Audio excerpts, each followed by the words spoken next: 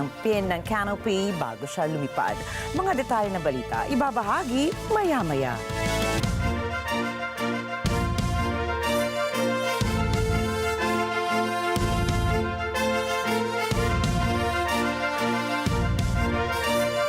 Magandang gabi, ako po si Ricky Matay. At ako si Nina Virgia Flores. Ito ang mata ng Agila International para naman sa mga headlines ngayong Miyerkules ng gabi. Pilipinas nagpadala ng note verbal sa China dahil sa pinakahuling insidente sa Ayungin Shoal. Filipino seafarers hindi napapayagang maglayag sa mga active war zones.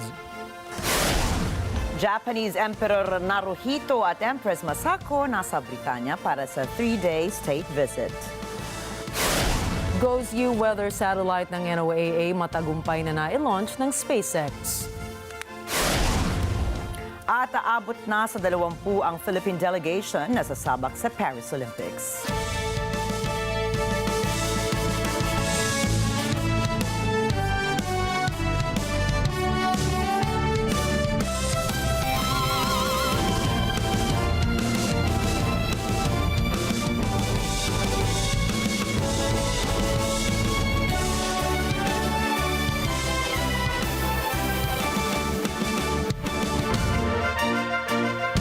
Nagpadala na ng note verbal ang Pilipinas sa China kaugnay sa panibagong insidente sa Ayungin Shoal. Ayon po yan sa Department of Foreign Affairs o DFA. Kinumpirma ito ni Foreign Affairs Secretary Enrique Manalo sa International Media Conference kung saan tinalakay ang naturang issue sa West Philippine Sea. Ayon sa kalihim, sisikapin ng ahensya na ibalik ang dialogo sa pagitan ng Manila at Beijing sa gitna ng umiiral na tensyon sa WPS. Nanindigan din ng DFA na mangingibabaw pa rin ang dialogo at diplomasya. Una nang naghain ng panibagong diplomatic protest ng DFA noong nakaraang linggo laban sa mga kilos ng China sa kasagsagan ng resupply mission. Samantala, ay kinokonsidera ng Pilipinas na ipatawag si Chinese Ambassador Wang Xilian hinggil sa insidente. Nanawagan ang ilang grupo ng mga Filipino-Chinese na negosyante sa Manila at Beijing na pahupain na ang tumataas sa tensyon sa West Philippine Sea sa pamamagitan ng dialogo sa diplomatikong paraan. Sa isang joint statement ng Federation of Filipino-Chinese Chambers of Commerce Industry kasama ang 32 iba pang Filipino-Chinese at civic federations, suportado nila ang panawagan ni Pangulong Ferdinand Marcos Jr. sa diplomasya para sa mapayapang pagresolba ng dispute sa pinag-aagawang teritoryo. Dagdag pa nila, naniniwala silang makakahanap ang dalawang panig ng common ground sa pamamagitan ng constructive dialogue. Ito ay para makagawa ng maayos na resolusyon ang Pilipinas at China nang walang sisihan at pagkondena.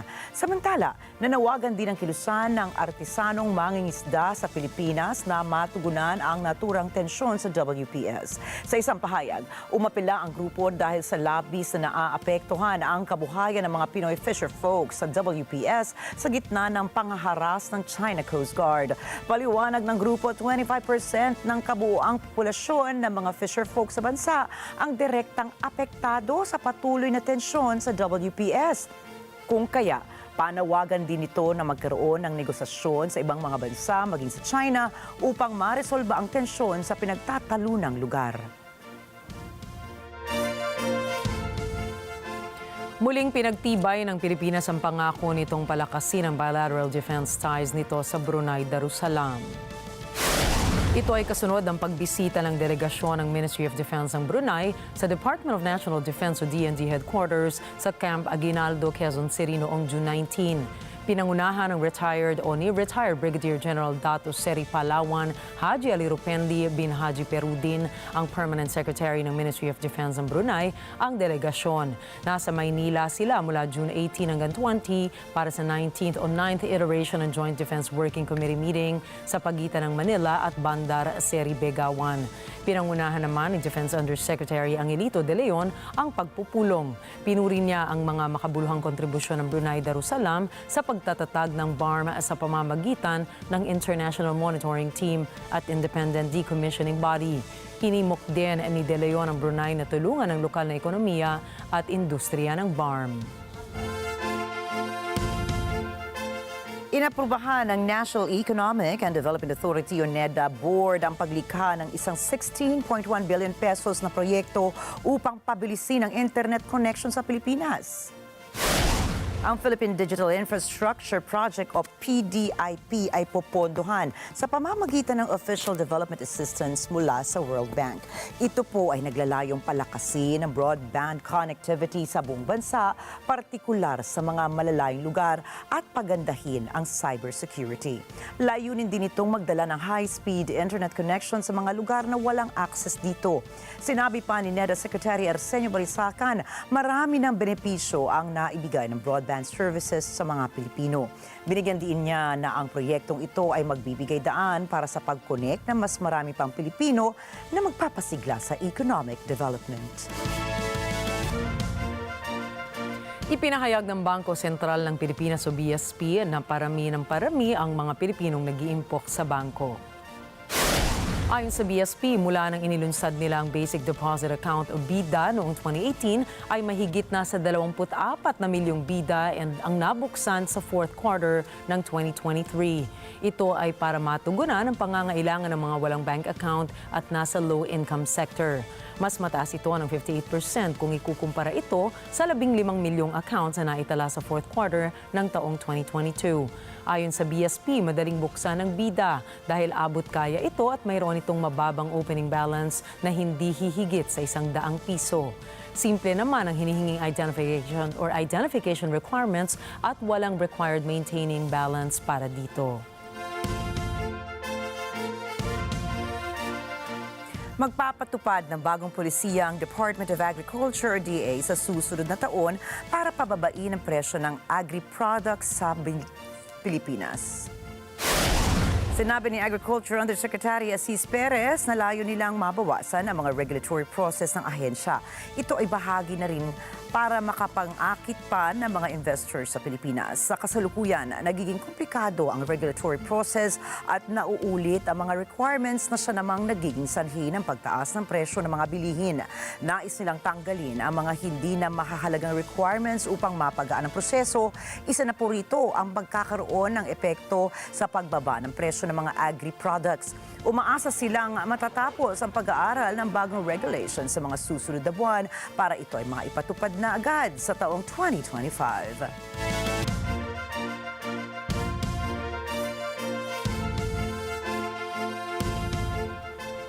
Sinuportahan ng Maritime Industry Authority o Marina ang polisiya ng Department of Migrant Workers na huwag payagang maglayag ang mga Filipino seafarers sa mga barkong pumapalaot sa Red Sea, the Gulf of Aden at iba pang high-risk areas.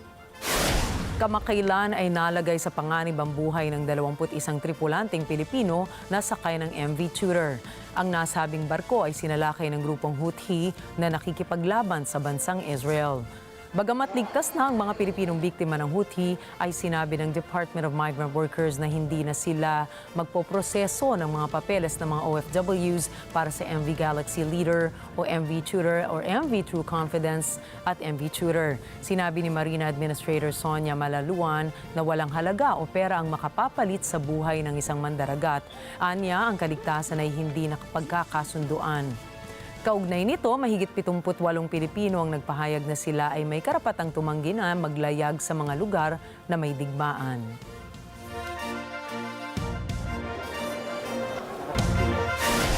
Susunod, kilalanin natin ang bagong Secretary General ng NATO. Kenya nagkagulo matapos ipasa ang kontrobersyal na tax bill. At US nagbabala sa posibilidad ng isang full-scale war sa Middle East. Detalye ng mga balita sa pagbabalik ng Mata ng Agila International.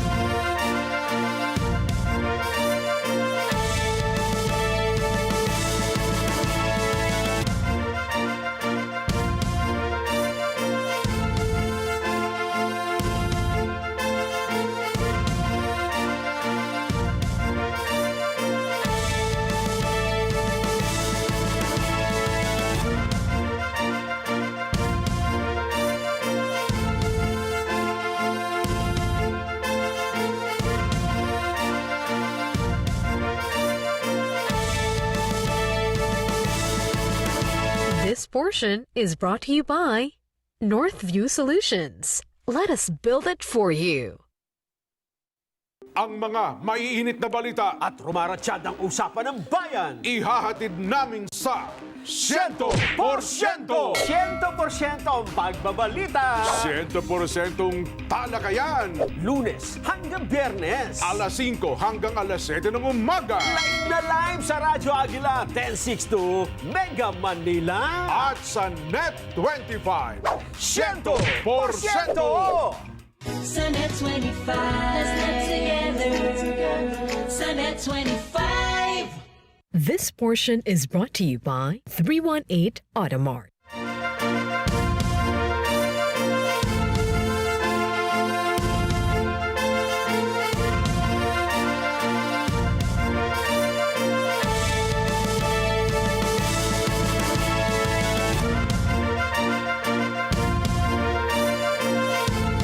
Kinumpirma po ng Bureau of Animal Industry o BAI ang unang kaso ng quarry o Q fever disease sa Pilipinas mula sa mga samples na kinuha sa mga kambing na nanggaling mula sa Estados Unidos.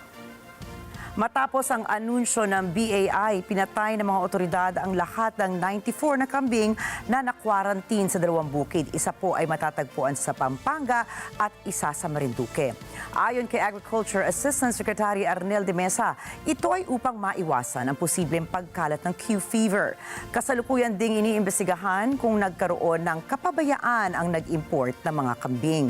Ayon sa Department of Agriculture o DA, ang sakit na ito ay maaaring maging seryosong banta sa lokal na industriya ng ating agrikultura. Ang Q fever ay maaaring makaapekto sa maraming uri ng domesticated at maging wild animals kagaya po ng mga aso, pusa, mga daga, reptiles at mga ibon. Subalit, ang mga ruminants lalo na at katulad ng mga baka, kambing at tupa ang pinakamadalas na ma-infect. Subalit higit pa sa mga hayop, sinabi ni Assistant Secretary de Mesa na ang sakit na ito ay maaaring maipasa na ngayon sa ibang tao. Ang Q fever ay sanhi ng bakterya na Coxiella burnetii. Unang natuklasan ng pathogen ng Q fever noong taong 1937 nang isang isolated na bacterium ay natagpuan mula sa isang butcher sa Australia. Karaniwan itong mild zoonotic disease na matatagpuan sa mga hayop. Ibig pong sabihin niyan, maaari itong maipasa mula sa hayop patungo sa tao. At ayon po sa US Center for Disease Control o CDC, ang mga tao ay maaaring mahawa sa ilang pamamaraan. Isa po rito ay sa pamamagitan ng paghinga ng alikabok na kontaminado ng dumi, ihi, gatas at iba't ibang mga produkto ng mga infected na hayop. Posible rin makuha ang sakit na ito kapag kinagat ng infected na garapata o sa isang blood transfusion ng isang infected na tao. Sinabi naman ni Philippine College of Physicians President Ron Jean Solante na bihira ang human-to-human transmission ng Q fever. Idagdag niya na kahit walang antibiotics, maaari itong mawala na mag-isa. Gayunpaman, sinabi ng US CDC na ang mga nagpapakita ng mga sintomas ay nangangailangan pa rin ng paggamot na kadalasan ito po ang tinatawag nating doxycycline. Ipinaliwanag ng DOH na posibleng umabot ng 2 to 3 weeks bago lumabas ang mga sintomas na ito sa tao. Kabilang po sa mga sintomas na ito ay ang lagnat, pagkapagod, sakit ng ulo, pag-ubo, pagduduwal at pagsusuka. Nasa mas mataas na panganib sa malubhang epekto ng Q fever ang ilang mga tao kagaya ng mga may issue sa puso, mahinang kidney function, may mahinang immune system at iba pa.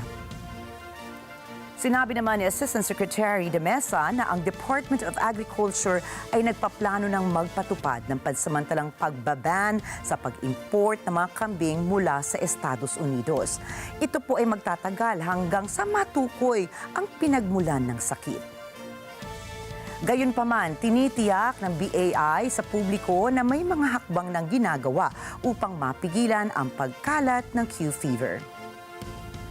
Nagsasagawa ang ahensya ng malawakang surveillance sa mga apektadong lugar upang matukoy at mapangisiwaan kaagad ang anumang mga bagong kaso. Ayon sa US CDC, mababawasan din po ang risk sa Q fever sa pamamagitan ng pagsusuot ng mask and gloves pag naghahawak ng animal fluids sa hindi pagkain ng hindi pasteurized na dairy products at iba pa. Dumating po ang mga kambing sa Pilipinas noong January 11 at dinala sa quarantine facility sa Pampanga para sa mandatory 30-day quarantine. Kasama sa quarantine ang pagsusuri ng dugo ng mga hayop na galing sa iba't ibang testing centers. Ilang kambing na inilipat sa Marinduque ay sumailalim sa ilang serye ng mga pagsusuri noong March 11 naman po yan. At ang unang confirmatory test ay lumabas noong Hunyo 19, sinundan ng katulad na resulta para sa final confirmatory test noong June 20. Pabalik na sa Australia si WikiLeaks founder Julian Assange matapos na palayain sa kulungan sa Britanya. Julian Assange is on his way home to Australia. A short time ago, a United States court in Saipan accepted a plea agreement between Mr Assange and the United States Department of Justice. Mr Assange has since boarded a flight to Australia and will land in Australia later today.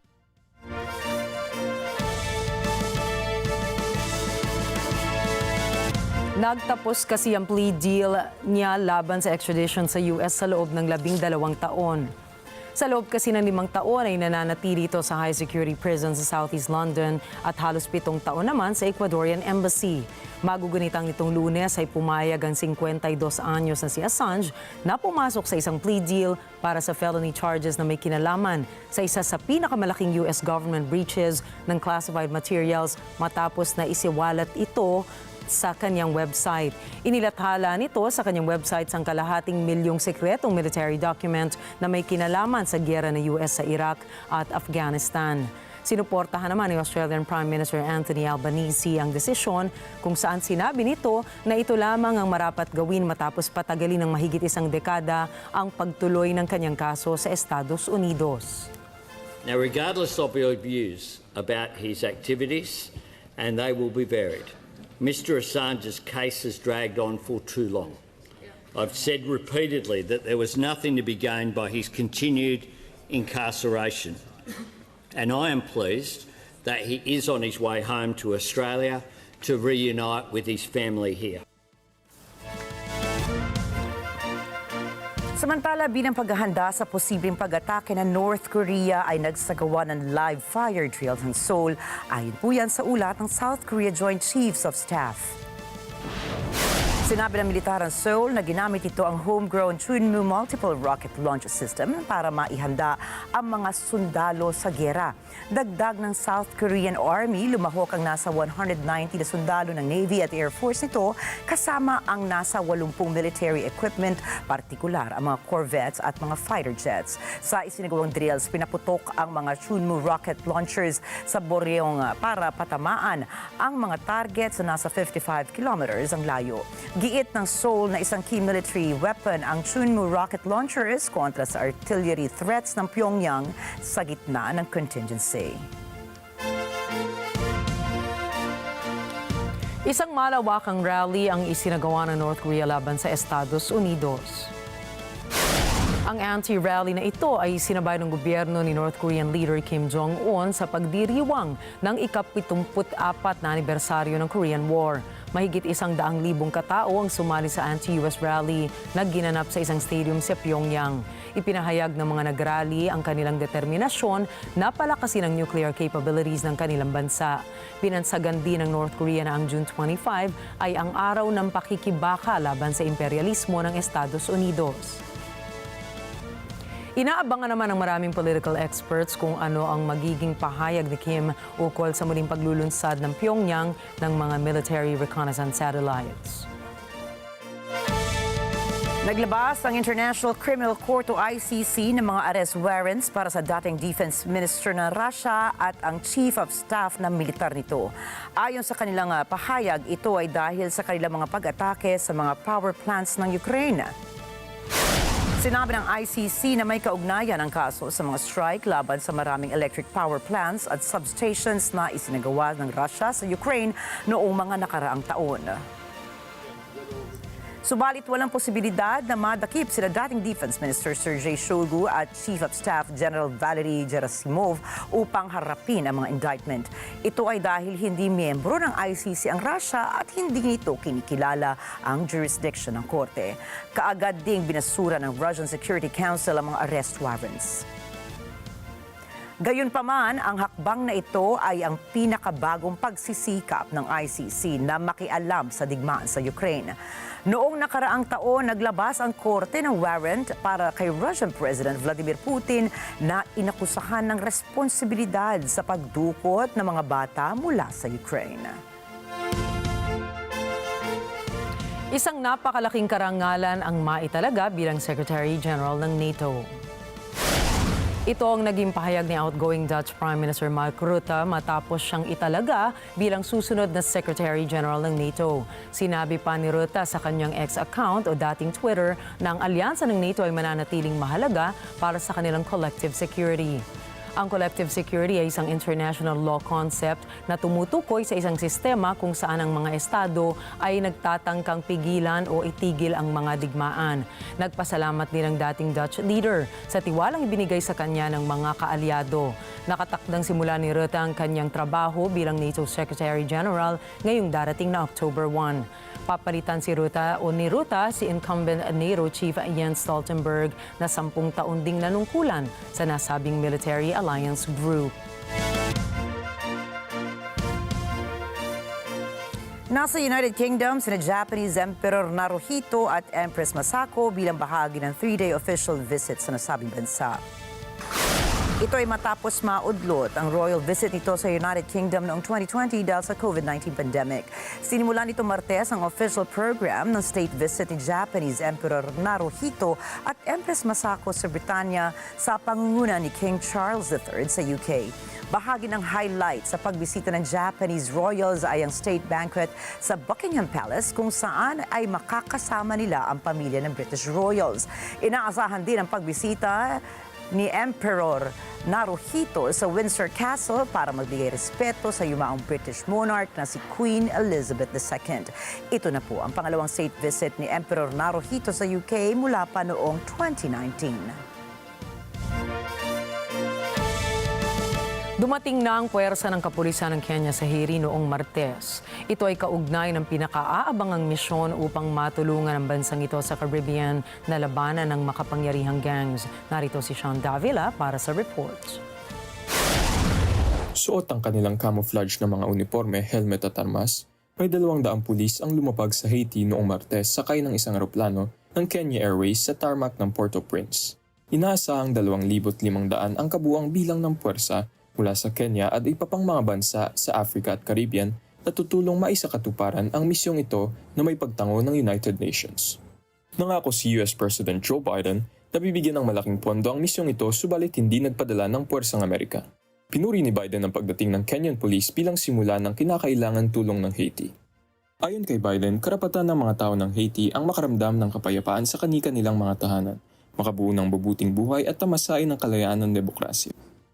Inilarawan ni Kenyan President William Ruto ang hakbang na ito na makasaysayang misyon ng pagkakaisa.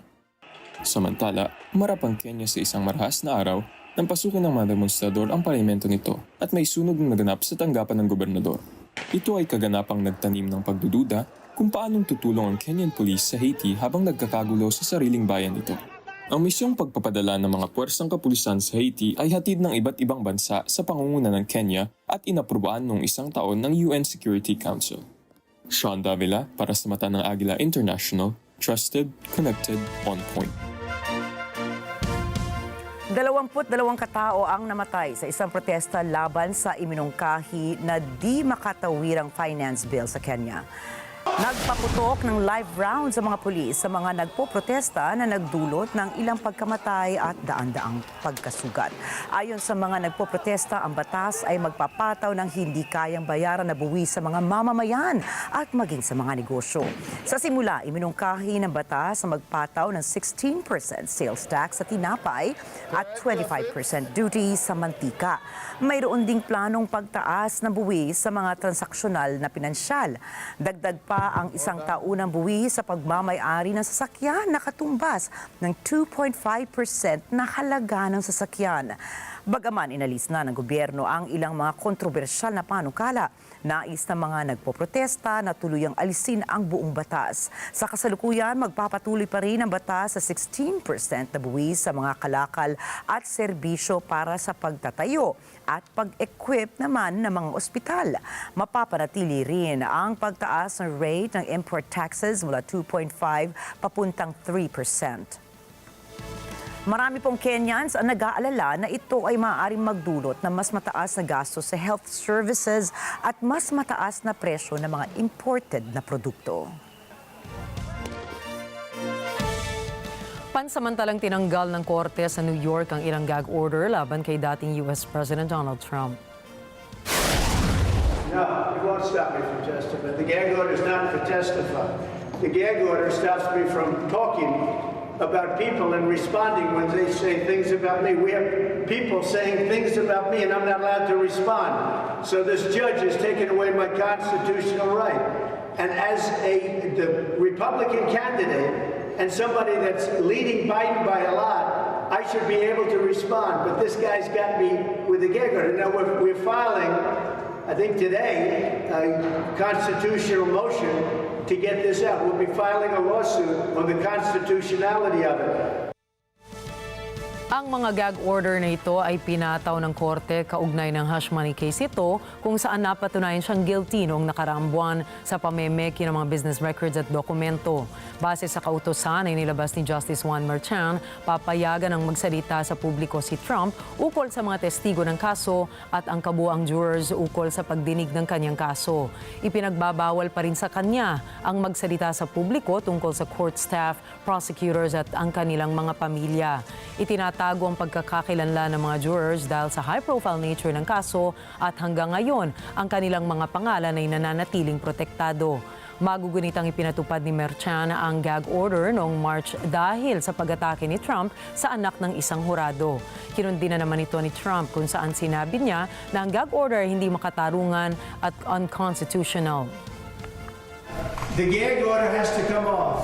So when you ask me a question about the people that we're talking about, I'm not allowed to answer. There's never been anything like this in the history of our country. It's a scam. It's election interference at a level that's never taken place before. Nagbabala si United States Defense Secretary Lloyd Austin na ang labanan sa pagitan ng Israel at Hezbollah ay maaaring magsimula ng giyera sa rehiyon. Nananawagan din siya para sa solusyong diplomatiko. Bernhard Gonzaga para sa report. Sa pag-uusap ni US Defense Secretary Lloyd Austin at ng kanyang Israeli counterpart na Yoav Gallant sa Pentagon, sinabi nito ang awayan ng Israel at Hezbollah ay maaaring magmitsa sa giyera sa rehiyon. Ito anya ay magdudulot ng masamang resulta para sa Middle East. Ayon kay Austin, diplomasya ang pinakamahusay na solusyon para wag nang lumala ang sitwasyon. Samantala, sinabi ni Gallant na tinatrabaho ng dalawang bansa ang pagkakasundo subalit kailangan din anya na maging handa para sa kahit anong mangyari. Sumali na rin sa labanan sa Gaza ang kaalyansa ng Hamas na Hezbollah na ngayon ay nakakipagpalitan na rin ng putukan sa Israel. Noong isang linggo, kinumpirma ng Israel na naaprobado na ang plano nitong opensiba sa Lebanon. Layo naman sa Washington na pababain ang tensyon sa rehiyon. Sinasabing nasa Washington si Gallant para patatagin ang ugnayan ng Israel at US matapos akusahan ni Prime Minister Benjamin Netanyahu ang Estados Unidos na iniipit nito ang tulong na armas. The President, the Administration, and you personally, Mr. Secretary, have been with us since day one. This includes working together to defend Israel against the massive attack by Iran and its proxies, as you mentioned. Today we are at the crossroad, and that will impact the entire Middle East.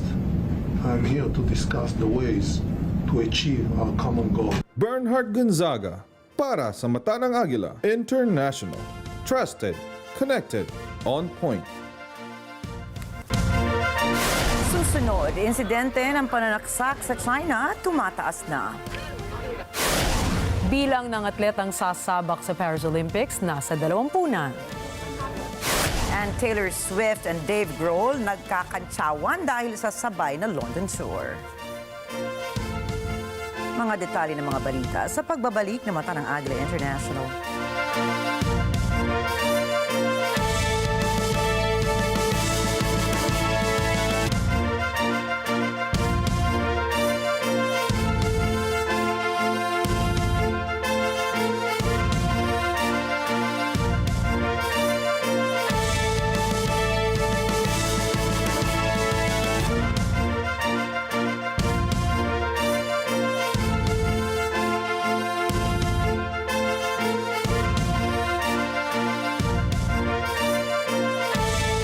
This portion is brought to you by Robic Builders.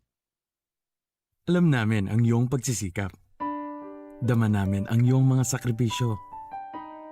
Kita namin ang pagharap mo sa bawat pagsubok.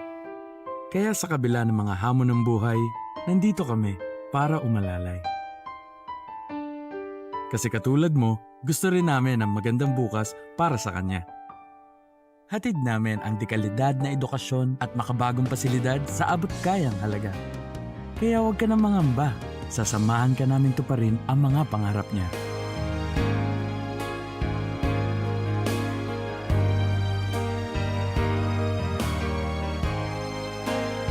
Maaasahan mong sulit dito ang mga pinagsikapan mo.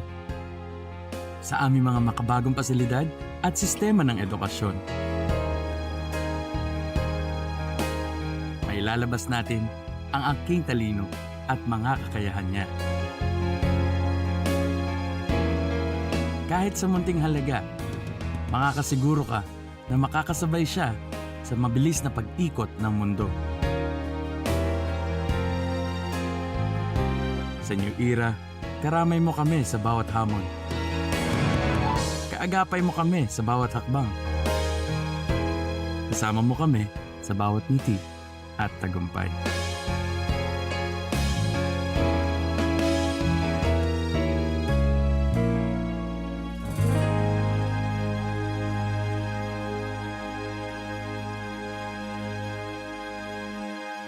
This portion is brought to you by North Luzon Express Terminal.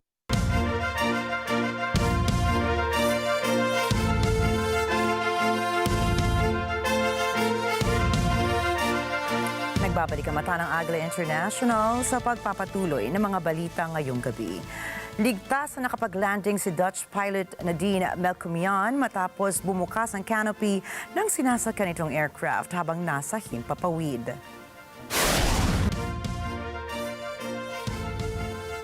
Isang homeless man naman sa Amsterdam Central Station na nakapulot ng isang wallet na naglalaman ng 2,000 euros. Ito po ay 126,000 pesos din sa atin. Ayon kay Hadjer Al-Ali, namumulot siya ng mga boteng walang laman upang papalitan ng cash, ngunit nakita niya ang isang wallet kaya dinampot niya ito. Binuksan niya ang wallet para hanapin ang ID ng may-ari, subalit ito ay hindi naglalaman ng kahit na ano pang identification cards. Dinala ni Hadjer ang wallet sa otoridad sa pag-asang mahanap nila ang tunay na may-ari ng wallet. At dahil sa katapatan at kabutihang ipinakita ni Hadjer ay binigyan siya ng mga otoridad ng isang gift voucher na nagkakahalaga ng 50 euros. Kung sakaling hindi nakunin pa ng may-ari ang wallet na napulot, ay mapupunta ito pati ang 2,000 euros sa taong nakapulot na walang iba kundi ang homeless man na si Hadjer. Sugatan ang 3 katao kabilang ang mag-inang Japanese sa pananaksak ng isang lalaki sa lungsod ng Suzhou, China. Kita sa video footage, ang isang lalaki may hawak na kutsilyo at sinaksak ang babae at ang kanyang anak sa isang hintuan ng school bus ng isang Japanese school sa lungsod. Tumayo ang isang babaeng Chinese sa loob ng bus at para pigilan ang lalaking makasakay, subalit ito naman ang inatake ng lalaki. Hindi umano malala ang mga sugat na natamo na mag-ina. Subalit, ang babaeng Chinese ay malubhang nasugatan at nagpapagaling ngayon sa ospital. Mabilis namang naaresto ang suspect. Kasalukuyang inimbestigahan ng pulisya ang insidente, subalit hindi pa nalalaman ang motibo ng lalaki.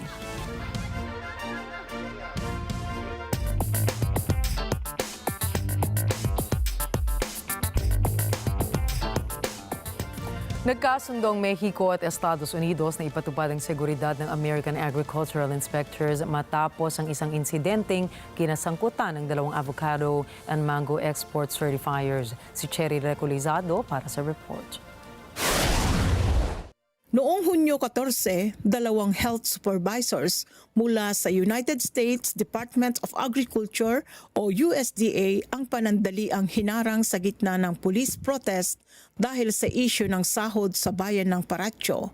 Tinawag ng US ang insidente na aggression. Sinuspende din nito ang inspeksyon ng abukado at mangga na huling hakbang sa proseso ng pag-export. Ayon kay US Ambassador to Mexico na si Ken Salazar, hangad ng Mexico at US ang seguridad ng mga empleyado upang magawa nila ang kani-kanilang mga trabaho. Entonces, el plan del gobierno de México, trabajando a la mano con nosotros, es de asegurar que cada uno de los empleados de nosotros tenga esa seguridad para que puedan hacer su trabajo como lo han hecho por muchos años. Ang Mexico ang pangunahing producer ng abukado sa buong mundo. 73% ng mga abukado ng Mexico ay inaani sa Michoacan. Nakipagkita rito si Salazar sa mga autoridad at sinabing unti-unti nang umuusad ang pagbiyahe ng abukado at mangga. Ayon sa USDA, noong 2023, 1.4 tons ng abukado ang ipinasok ng Mexico sa US. Ito ay 15% pagtaas mula noong 2022. Noong 2022 din, pinatigil ng Washington ang pag-aangkat ng abukado nang binantaan ang mga ahente ng agrikultura nito sa Michoacan kung saan maraming gangs ang nagpapatakbo ng droga. Umapila si Mexican President Andres Manuel Lopez Obrador ukol sa suspension ng operasyon. Anya, hindi kailangan ng kayabangan pagdating sa pagtugon sa ganitong mga bagay. Le pedimos al gobierno de Estados Unidos, primero, que no actuaran de manera unilateral. Llevamos muy buenas relaciones, estamos trabajando de manera conjunta y no es ese el modito.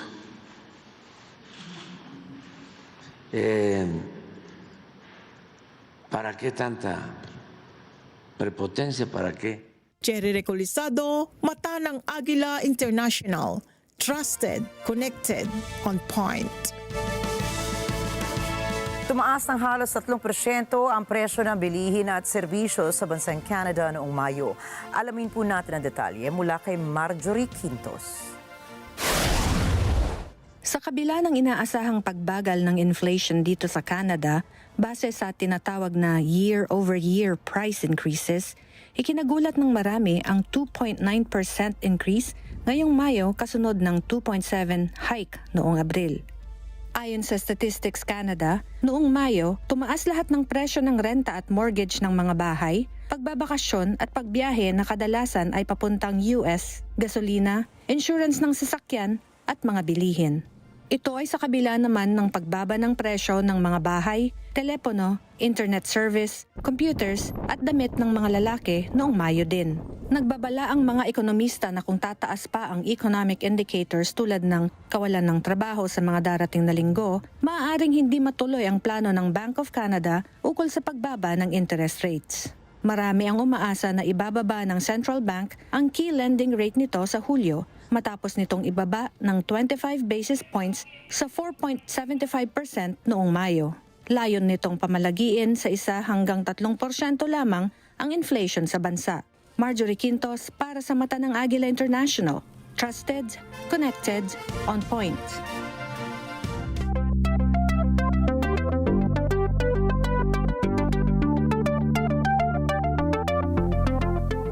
Inilunsad ng Estados Unidos ang isang bagong satellite na inaasahang magpapabuti ng forecasts ukol sa solar flares and coronal mass ejections. Ang mga ito po ay malalaking plasma bubbles na maaaring tumama sa Earth na pwedeng puminsala sa mga power grids at communications. Pearl Rugasyon para sa karagdagang detalye. Isang SpaceX Falcon Heavy rocket na may sakay na satellite ang pumahim-papawid mula sa NASA Kennedy Space Center sa Florida ng alas 5:26 ng hapon noong Martes. Ang GOES-U o Geostationary Operational Environmental Satellite U mission ay isang kolaborasyon sa pagitan ng NASA at ng National Oceanic and Atmospheric Administration o NOAA. Ito ang ika-4 at huli sa serya ng satellites na sumusunod sa mga bagyo at ipo-ipo. Nagmumonitor ng klima at temperatura ng dagat, kalidad ng hangin at pag-detect ng meteors mula noong 2016. Ang GOES-U ang una sa 4 na gumamit ng coronagraph na tinatawag na Compact Coronagraph 1 o CCOR-1.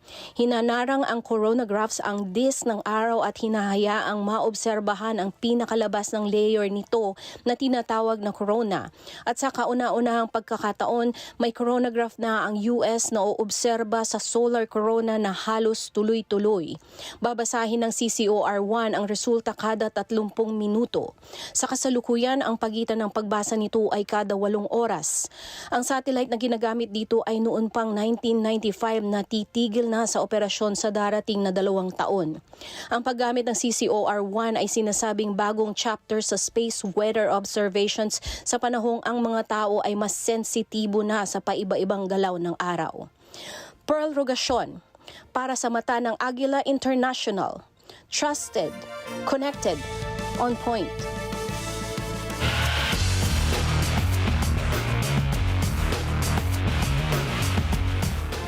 Arestado ang 6 na climate activists ng Stop Oil matapos silang sumukod sa gitna ng PGA Tour's Traveler Championship. Bago arestuhin ng mga pulis ay nagtapon ang mga ito ng smoke bombs habang suot ang mga t-shirts na may nakasulat na "No Gold on a Dead Planet". Nais nilang ma-delay ang nasabing laro. Sa naging kilos protesta ng Stop Oil, hindi na nakapag-putt sina Scotty Scheffler, Tom Kim at Akshay Bhatia para sa 18th green hole ng naturang kampyonato. Nagpasalamat naman ang PGA Tour sa Cromwell Police Department dahil sa mabilis at agarang pag-aksyon sa insidente. Wala namang naging kasiraan sa 18th green para makaapekto sa resulta para sa playoff hole. Pumalo na sa 20 ang mga atleta ng bansa na sasabak ilang linggo bago magsimula ang Paris Olympics.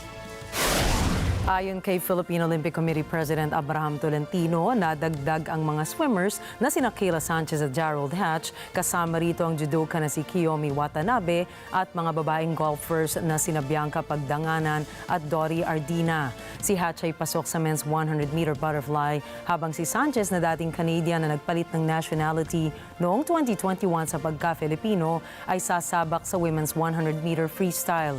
Si Watanabe ay makalawang ulit ng sasabak sa Olympics matapos na makapasok sa continental qualification sa women's 63 kilograms. Gayun din si Pagdanganan na pangalawang Olympics game na niya, habang first-timer naman si Ardina. Dagdag pa nito na isang magandang balita na nahigitan na ng bansa ang team na ipinadala noong nakaraang Tokyo Olympics na mayroong 19 lamang. Hindi pa rin ito nawawala ng pag-asa na may madadagdag pang mga atleta habang papalapit na ang torneo. Isa sa hinihintay nila ang makakasama ni world number 2 pole vaulter Ernest John E.J. Obiena sa Paris dahil nagkakaroon pa ng qualifying. Magugunit ang nauna nang nag-qualify sina weightlifters Vanessa Sarno, John Februar Saniza at Elrin Ando, boxers Ira Villegas, Hergy Bacyadan, Carlo Paalam, Nesty Petesio at Yumir Felix Marshal, rower Giovanni Delgaco, fencer Samantha Catantan at gymnasts Carlos Yulo, Emma Malabuyo at Levi Ruivivar. Nasa Mets France na ang ilang atleta ng bansa para magsagawa ng training ilang linggo bago ang pagsisimula ng Olympics.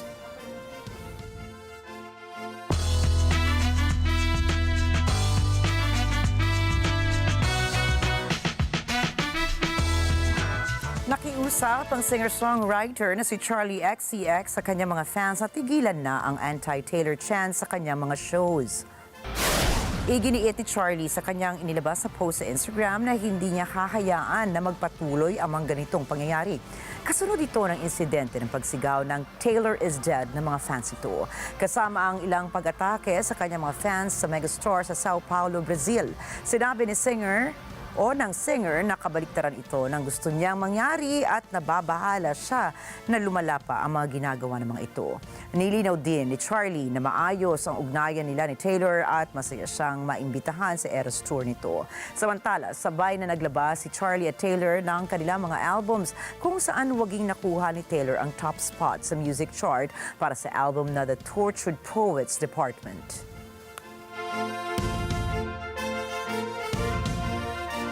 Dave Grohl ng Foo Fighters tila nagparinig sa Eras Tour ni Taylor Swift.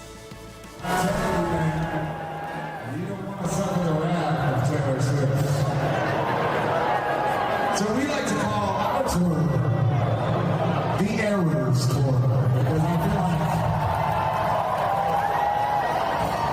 we've had more than a few eras and more than a few eras as well.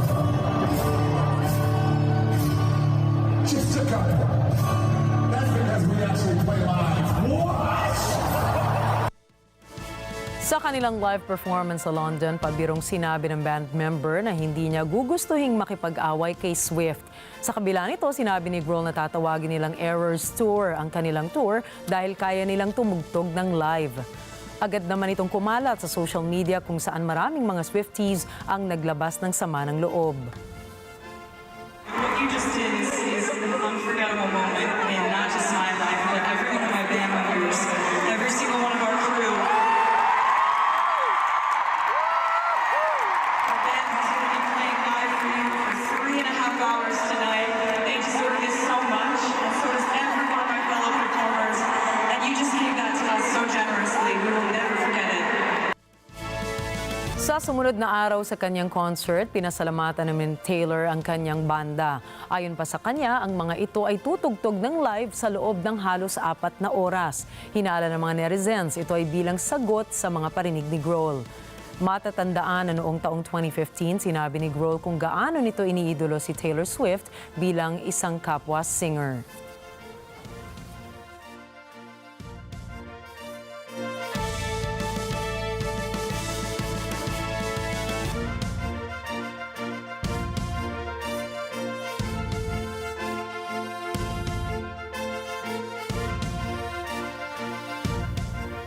Itinanghal na world's ugliest dog ang 8-year-old Pekingese na si Wild Thing. Nakapag-uwi naman ang may-ari ni Wild Thing na si Ann Lewis ng $5,000 bilang papremyo. Ayon sa biography ni Wild Thing, tuta pa lamang ay nagkasakit na ito kung saan ay hindi tumubo ang mga ngipin nito kung kaya't nakalabas lamang ang kanyang dila. Nakaligtas naman si Wild Thing sa sakit na ito at wala naging permanent damage sa aso. Paliwanag ng mga organizers ng event, hindi isinasagawa ang aktibidad para gawing katatawanan ang mga quote-unquote pangit na aso. Ito ay sa halip na ipakita ang mga magagandang katangian ng mga naturang hayop. 5 dekada nang tumatakbo ang naturang competition kung saan ang pagdiriwang nito ay ang pagdiriwang din ng mga imperfection ng mga aso na dahilan para sila ituring nakakaiba and special.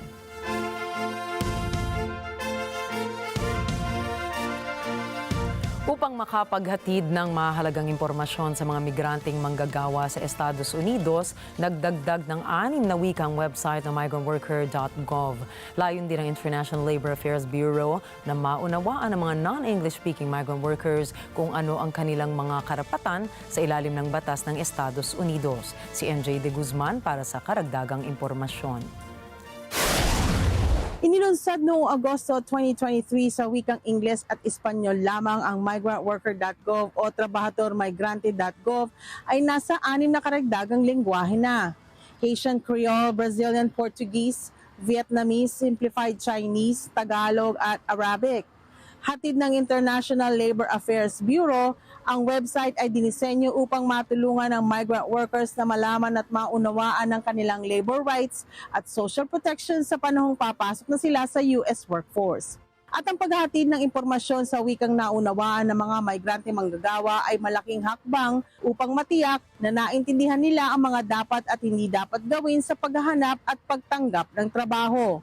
Ipinaliwanag ni Deputy Undersecretary for International Labor Affairs, Thea Lee, kung gaanong nakakalito para sa migrant workers ang labor laws at regulations sa iba't ibang estado. When migrant workers cross borders for work, they also cross multiple legal, policy, and geographic jurisdictions. Understanding who does what and where they should go for help can be confusing for anyone, particularly for migrant workers who sometimes do not speak English, likely do not understand how these systems work, and are often afraid to come forward with questions or concerns. Ani Lee, ang migrantworker.gov ay isang imbaka ng impormasyon para sa mga migranteng manggagawa. Dala ng website ang mga kasagutan na kanilang hanap at iniuugnay sila agad-agad sa mga tamang ahensya. May maiikling videos din na layong maabot ang mga migranteng manggagawa sa social media at sa kanilang mobile devices. At sa isang update upang maabot ang mas marami, nagdagdag ang website ng 6 na panibagong wika. We encourage you to explore migrantworker.gov and hope you will help us spread awareness among migrant workers and their communities about these resources. Noong Setyembre 2023, may 30.21 million na mga taong hindi sa US ipinanganak ang nagtatrabaho sa bansa. Ito ay 19% ng aktibong pwersa ng manggagawa sa US. NJ De Guzman, Washington, D.C., mata ng Agila International, trusted, connected, on point. Newsmaker talaga itong si Taylor Swift dahil isa na naman balita tungkol sa kanya. Tuwang-tuwa po ang mga Swifties na ang American singer-songwriter na si Taylor Swift ay nagbigay ng donasyon para sa Cardiff Food Bank Charity. Sa inilabas na post ng charity sa social media, lubos silang nagpapasalamat sa naging pagtulong ni Taylor sa kanilang organisasyon. Dagdag pa rito, sinabi naman ni CEO ng Cardiff Food Bank na si Rachel Biggs na hindi nila malilimutan ang pagkakataong ito at masaya sila sa donasyon at suporta na ibinigay ng singer. Bukod po dito ay nagkasundo rin sila na hindi na ilalabas ang impormasyon kung magkano ba talaga ang kabuuang halaga na ibinigay sa kanilang organisasyon. Binubuo naman ang Cardiff Food Bank Charity ng 9 na tauhan at 200 volunteers na may adhikaing makatulong sa mga nangangailangan. Samantala, umani ng iba't ibang suporta ang balita na ito dahil sa kawang gawa ni Taylor kasunod ng kanyang Eras Tour sa London.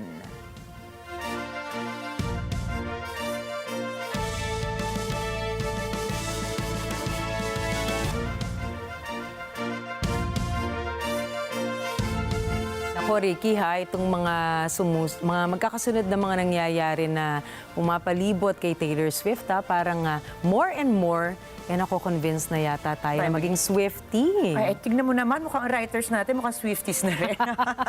Diba? Talagang sagana tayo sa Taylor Swift ngayon na Totoo. balita.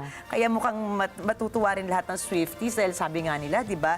Iba daw talaga yung star power ni Taylor. She has fans all over the world. At si Tom Cruise mismo, nakita mo ba yun? Nagsabi. Nanood siya. Nandun siya sa mga taong nakihalubilo, sa mga masa at nanood ng Eras Tour.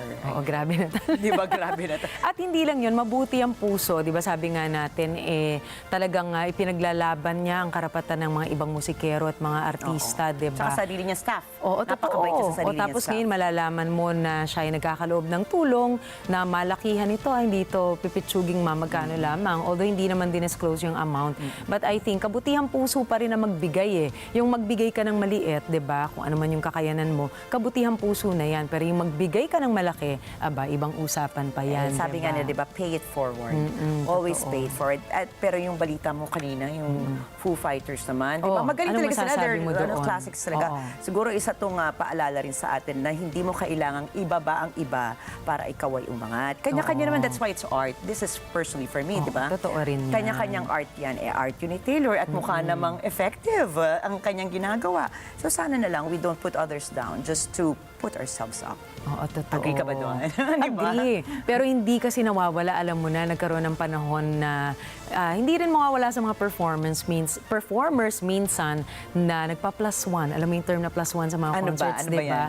Yung meron nang nagpe-play ng music at the same time. Tapos ipapatong mo yung live voice mo o in the case of the band, yung mga instrumento, di ba? Kasi talaga namang nakakapagod din. And because they want to put out there a really good performance, gusto nilang i-lessen yung yung mistakes. So I think ang effort pa rin na yun, para pa rin na umuwing masaya ang audience nila, di ba? Pero nga naman, syempre, ibang premium din yung ibibigay mo doon sa umi-effort na talagang mag-perform ng live through and through. Ay, oo naman. So siguro paalala lang din, ano? Oo, pero siguro, imbestigahan nga natin yan yung mga ating Swifties na researchers and writers na halatang Swifties na ngayon. Tingnan na natin kung talaga namang may plus one si Taylor. Kasi pero yun na nga yung tama ka sinasabi nila, naman. baka naman hindi naman daw. Baka, di ba, pinag-uusapan lang natin siya the other night, talagang iba yung energy ni Taylor. Tsaka yung banda naman yung pinaringgan, to be fair, ano. Plus, tama ka naman na may paraan na i-address ang mga ganong bagay na hindi mo kailangang ibaba yung kapwa mo. Totoo din yan. Ayan, nako. Tignan natin kung ano kaya ang paborito naman music ni Miss Alma Angeles. Tignan natin kung mapapadpad naman sa kanyang mga balita itong talaga namang hitik na balita tungkol kay Taylor. So balitandaan po, narito kami para maghatid ng balita sa amang dako ng mundo. Muli ako po si Ricky Matay. At ako naman si Nina Richie Alagaw Flores. Ito ang Mata ng Agila International. Para sa mga balitang nangyari sa iba't ibang panig ng mundo, punta naman tayo kay Alma Angeles para sa Net 25 World News. Take it away, Alma.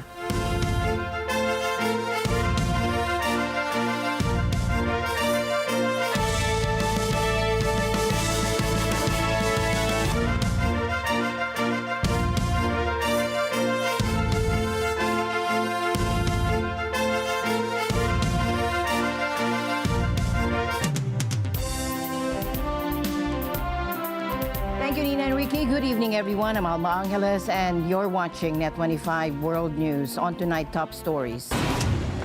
Julian Assange, a free man in a dramatic turn of events. Julian Assange is back in Australia. After the U.S. agreed to a plea deal, Assange was met with thunderous applause as he embraced his wife and father in Canberra.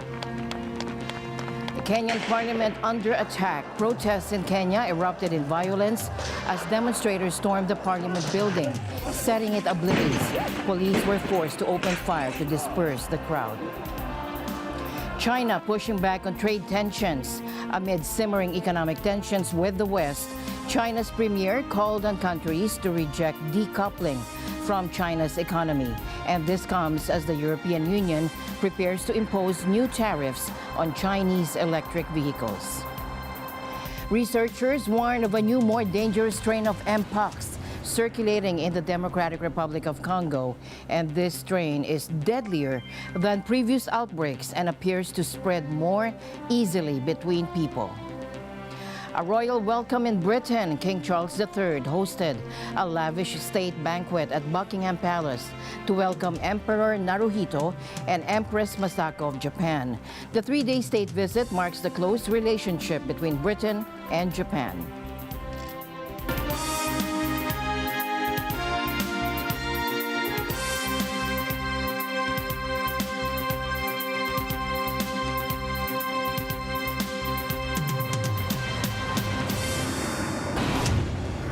Julian Assange walked free and was on his way back to native Australia on Wednesday after a plea deal with the U.S. ended years of legal drama for the WikiLeaks founder.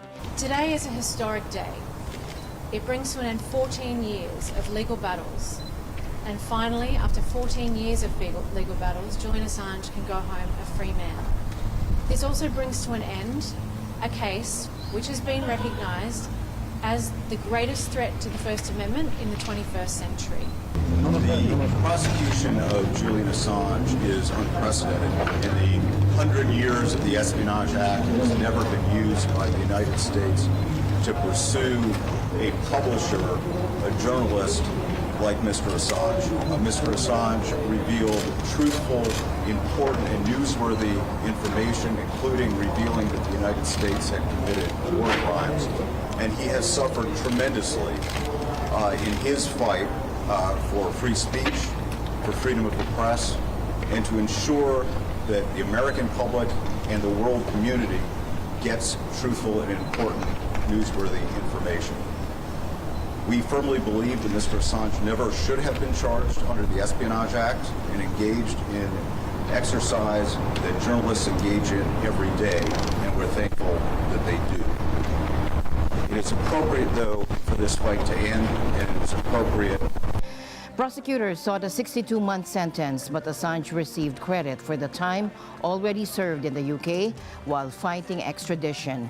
What this means, he will not serve any additional prison time. The hearing and sentencing took place in Saipan, a U.S. territory in the Pacific closer to Assange's home country of Australia. Starters, the case involves a wide variety of classified documents that Chelsea Manning, who was a government employee, leaked to Julian Assange, a journalist who ran WikiLeaks, a famous website that publishes classified and private documents that were not supposed to see the light of day. Manning was caught and punished because she was a government employee and she broke the law by leaking material that was classified to Assange. But Assange is a journalist, and he did not break the law, as it is commonplace for journalists to publish classified information that is passed on to them by government insiders.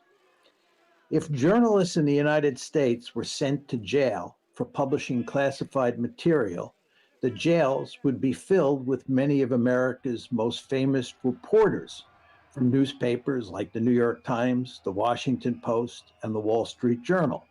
He was indicted by a U.S. federal grand jury in 2019 and 18 on 18 counts stemming from WikiLeaks' publication of a trove of national security documents. The material included videos showing civilians being killed by fire from a U.S. helicopter gunship in Iraq in 2007.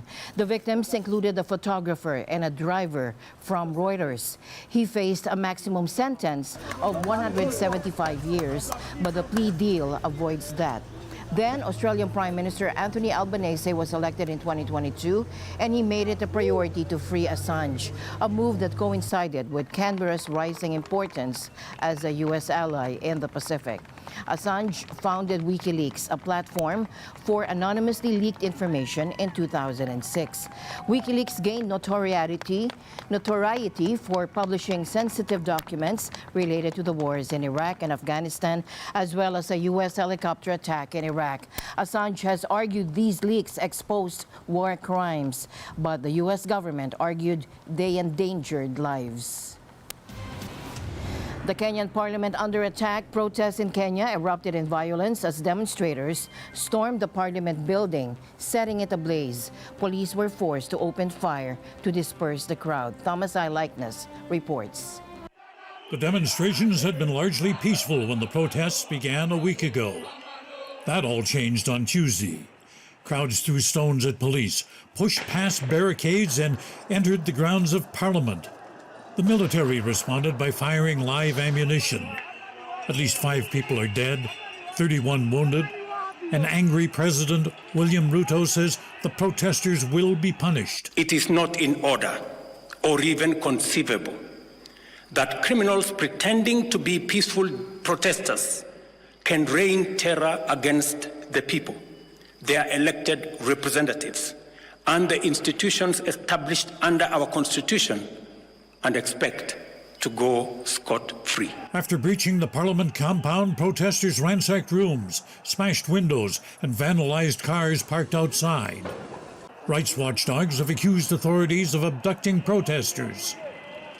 The Kenya Human Rights Commission says the abductions had mostly occurred at night. They accuse police officers wearing civilian clothes and driving unmarked cars of kidnapping dissidents. Police have not responded to the allegations. Ruto's tough talk of consequences for the protesters is not discouraging the demonstrators.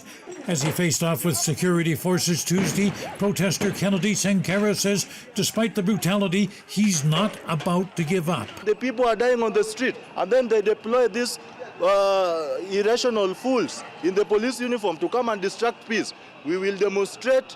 You can't kill all of us. You can't abduct all of us. Outrage over proposed tax hikes and simmering anger over a cost of living crisis has fueled rapidly growing demonstrations that have caught the government off guard. Like many protesters, James Odero wants to see some accountability from the country's politicians. We are going on the street until the government will drop this finance bill. A government which cannot feed her people from hunger is a useless government. and we will not remain calm until the president stops this. Critics like Jeffrey Odero say the tax hikes will make life more expensive in a country already saddled with high inflation, a nation where well-paid jobs are out of reach for many young people. We are here today to protect the interests of our children, the current generation and the generation to come. We want the finance bill to be scrapped in totality. In a touch of irony, one day earlier, on Monday, President Ruto bid a ceremonial farewell to some 400 police officers. They're set to lead a UN-backed mission to tackle gang violence in Haiti. This is some of what Ruto told those troops. This is a significant milestone in our pursuit of sustainable peace and security, which are the foundations of freedom, democracy, and prosperity at home, in our region, and around the world. 24 hours after he spoke those words, Ruto watched as his military moved to quell violence on the doorstep of his own country's parliament. Thomas I. Likeness, Net 25 World News. And the global trade landscape is heating up as China and the West clash over trade practices. The U.S. and Europe have long accused China of unfair trade practices, including overproduction and dumping, selling goods at artificially low prices to gain market share. This, they say, hurts Western businesses and jobs. China's recent message delivered by Premier Li Qiang at the World Economic Forum in China is clear. So it's essential that we embrace each other with open arms and work closely with each other. Reject bloc confrontation and decoupling, keep industrial and supply chains stable and smooth, and advance trade and investment liberalization and facilitation so as to promote the sound development of globalization and form a strong synergy for global economic growth. Electric vehicles are a major flashpoint.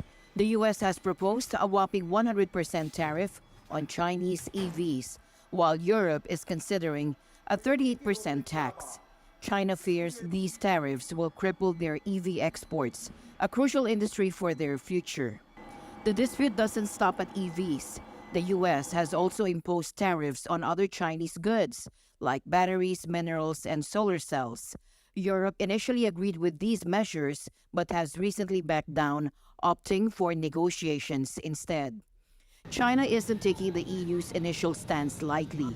They've launched an anti-dumping investigation into European pork, a potential first strike in a retaliation chain. 欧方的做法涉嫌违反世贸组织规则，是赤裸裸的贸易保护主义行为。中方保留向世贸组织提起诉讼的权利，并将采取一切必要措施，坚定捍卫中国企业。 They've set a deadline for July 4th for the EU to drop the EV tariffs or face consequences. China's economic situation adds another layer of complexity. Their growth is slow and key sectors like real estate are struggling. Since the start of this year, the Chinese economy has sustained the momentum of recovery. It got off to a good start in the first quarter of this year with a 5.3% year-on-year growth and continued steady growth in the second quarter. We are confident and capable in achieving the growth target of around 5% for this year. Exports, another pillar of their economy, are at risk from a trade war, and this makes them especially sensitive to any trade barriers. The West, on the other hand, sees these tariffs as a way to level the playing field. China dominates global manufacturing, producing more than the US, Germany, Japan, and South Korea combined. This dominance, they argue, creates an unfair advantage for China. Tariffs, if enforced effectively, could help restore balance. The path forward remains uncertain. Can both sides find a compromise, or will the trade war escalate? This is a situation to watch closely, as it could have significant implications for the global economy. A glimmer of hope emerged in the Ukraine conflict today as both sides exchanged 90 prisoners of war. This marks the largest such swap in nearly 5 months, offering some relief to families caught in the war. The United Arab Emirates mediated the deal announced on Tuesday. On social media, Ukrainian President Volodymyr Zelensky said he will continue to work for the release of each and every prisoner still held by Russia. Russia says that 90 of its servicemen it claims were in mortal danger in captivity have been returned from the territory controlled by the Kiev regime. The Defense Ministry says the freed servicemen will be airlifted to Moscow for treatment and rehabilitation. The last swap between the two warring sides was at the end of May, when they exchanged 75 prisoners each, also with the Emirates' mediation. Carlo Valdez for Net25 World News. At least 2 people jumped to their deaths after a fire engulfed a facility center in Moscow. A group of 4 people could be seen huddled around a broken window trying to escape. 2 men jumped out of the window and died. The fate of the 2 women on the 8th floor is not yet known. About 30 companies rented space in the office block, 2 of which had employees working there at the time of the fire. Oxygen cylinders in the building triggered explosions. The blast led to the collapse of the floor slabs. Emergency services officials say the blaze spread to about 5,000 square meters before being contained. Deadly fires are common in Russia, which has for years suffered from lax security standards and struggled to modernize older buildings with alarms and firefighting equipment. A criminal case has been opened. Investigators are trying to determine the cause of the blaze. Ralph Cornell for Net25 World News. Gaza is on famine alert with more than 1 in 5 households going entire days without eating. And that is according to the latest UN-partnered report on hunger levels. Maximo Torero, chief economist of the Food and Agriculture Organization, warned that a high and sustained risk of famine persists.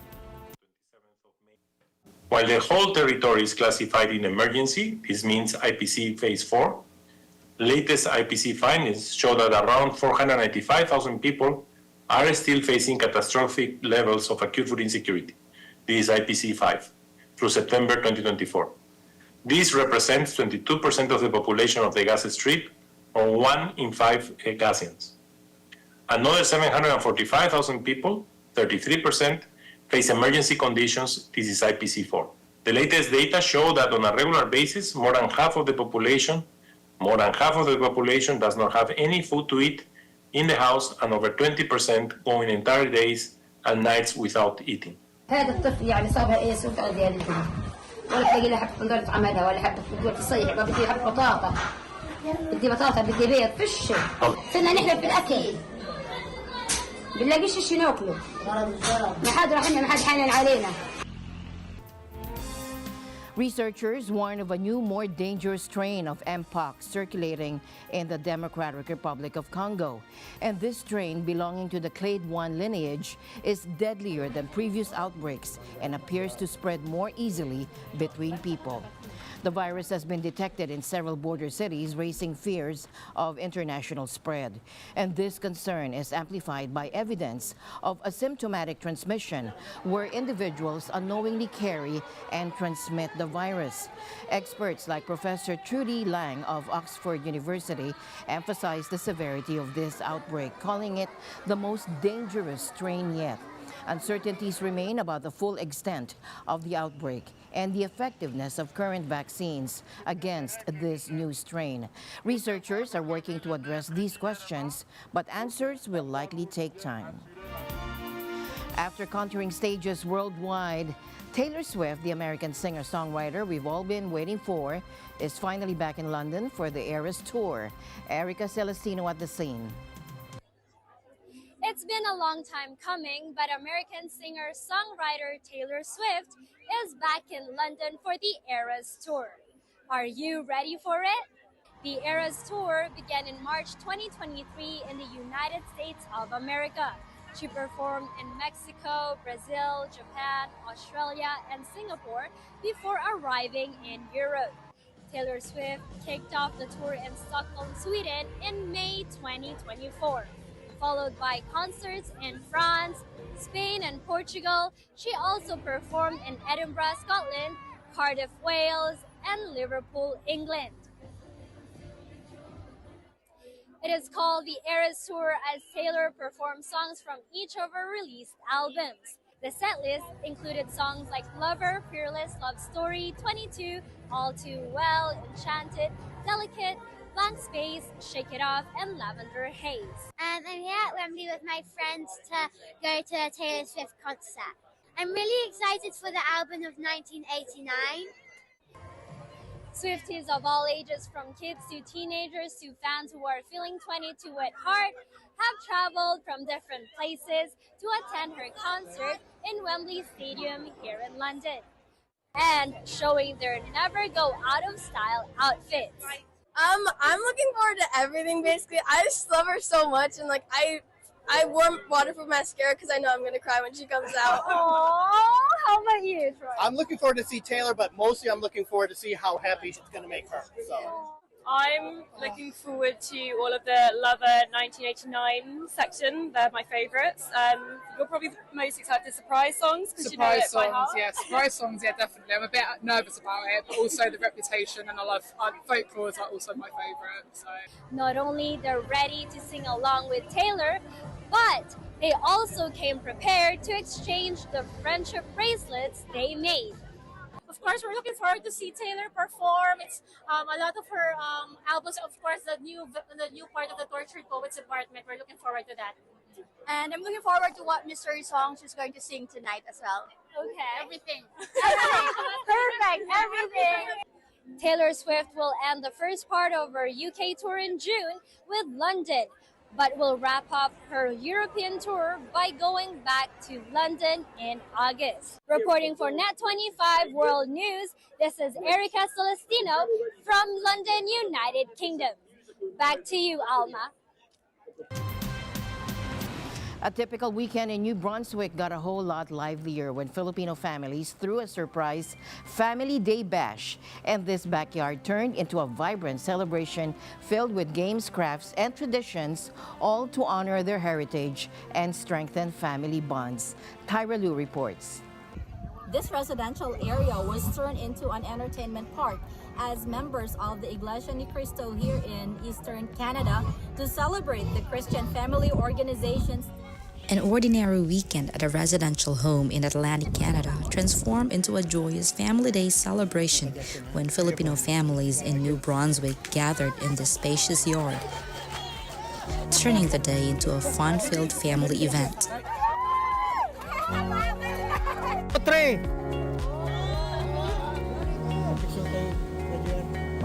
Excitement and joy were evident in the faces of all attendees, especially the kids. We are very happy. Enjoy po ang bawat isa, lalo na po ang mga kids. We're really happy at this moment because this gives us joy and it gives us unity, especially inside the Church of Christ. Parents enjoyed handicrafts making.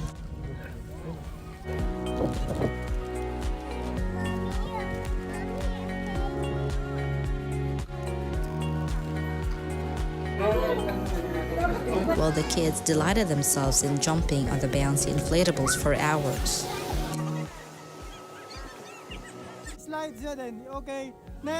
Everyone also engaged in playing Filipino traditional games together.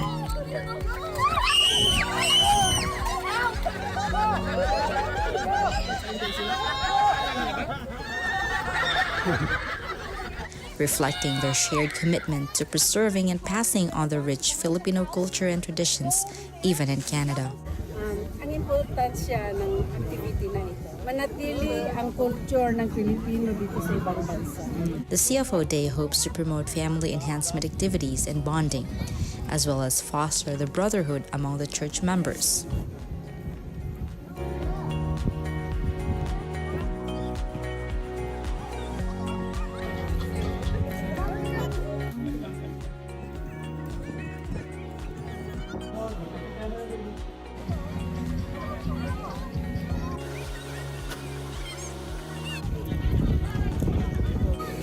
From New Brunswick, Canada, Tyra Lu for Net 25 World News. Back to you, Alma. And coming up, a royal welcome in Britain. King Charles III has extended a warm welcome to Emperor Naruhito and Empress Masako of Japan at a lavish state banquet held at Buckingham Palace. The Japanese royals have embarked on a 3-day state visit to Britain, signifying their close friendship between the two nations. All these and more when we come back.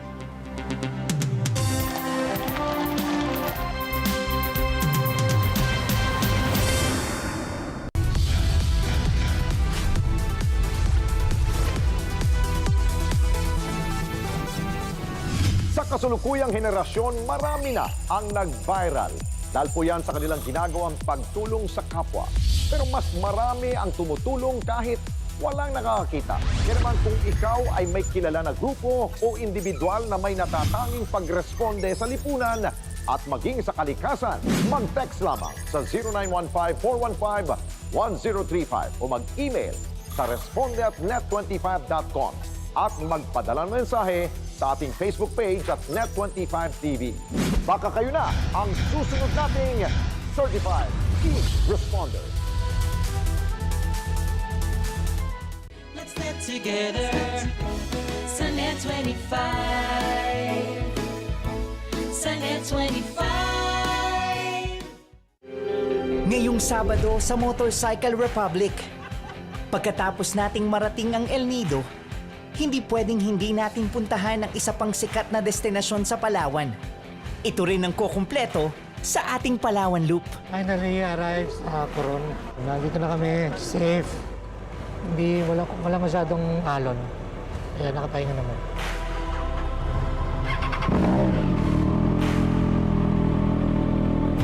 This is Motorcycle Republic, tuwing Sabado, 5 p.m. to 6 p.m. Together sa Net25. Sa Net25.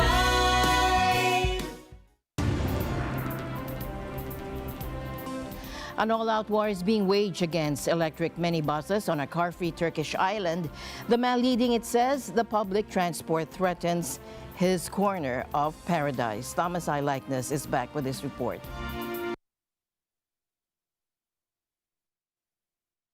The island of Bayukita is located off the southern shores of Istanbul. It's a peaceful place that time seems to have forgotten, at least until these vehicles showed up. These 12-passenger buses have raised the ire of lawyer Ibrahim Aycan. He's head of the Association of Friends of the Island. The vehicles, Aycan says, disrupt the peace of the island. Let people walk and cycle, he says. Bayukita is one of the Prince's Islands. It's a popular destination for tourists and a retreat for many of Istanbul's 16 million inhabitants.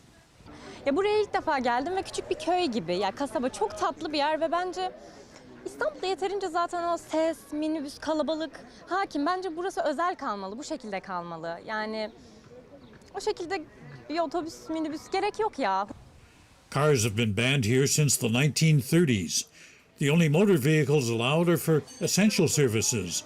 Authorities even banned horse-drawn carriages 4 years ago to protect the local wildlife. Tamamen hukuka aykırıdır. Adalarda motorlu araçlar. Adalar bir koruma alanıdır. Sit alanıdır. Özel çevre koruma bölgesidir. Adalardaki her türlü uygulama koruma kurulu kararlarına, koruma kurulunun iznine, onayına bağlıdır. Koruma kurulu kararlarına göre adaların yolları yaya bölgesidir. Adalarda motorlu araçlar istisnai olarak kullanılırlar. Yani şunu söyleyeyim kısaca, adalardaki her türlü motorlu aracın, sadece azman büslerin değil, kullanılmasına dair, öncelikle de toplu ulaşımda kullanılmasına dair herhangi bir karar, yönetmelik yoktur. The controversial new minibuses went into service about 10 days ago. Aycan uses his body as a roadblock whenever he comes across one of these monstro buses. That's what islanders call the vehicles. Other protesters are doing the same, but not without consequences. Police detained 8 of them on the first day. And since then, locals are staging demonstrations daily and spontaneously. Islanders say no one asked them whether they wanted the buses. They say the island streets are pedestrian, and they don't want to lose that identity. A petition to ban the minibuses is circulating. But not everyone is opposed. One cafe owner says the buses are necessary during the summer tourist season. That's when tens of thousands of people visit the island.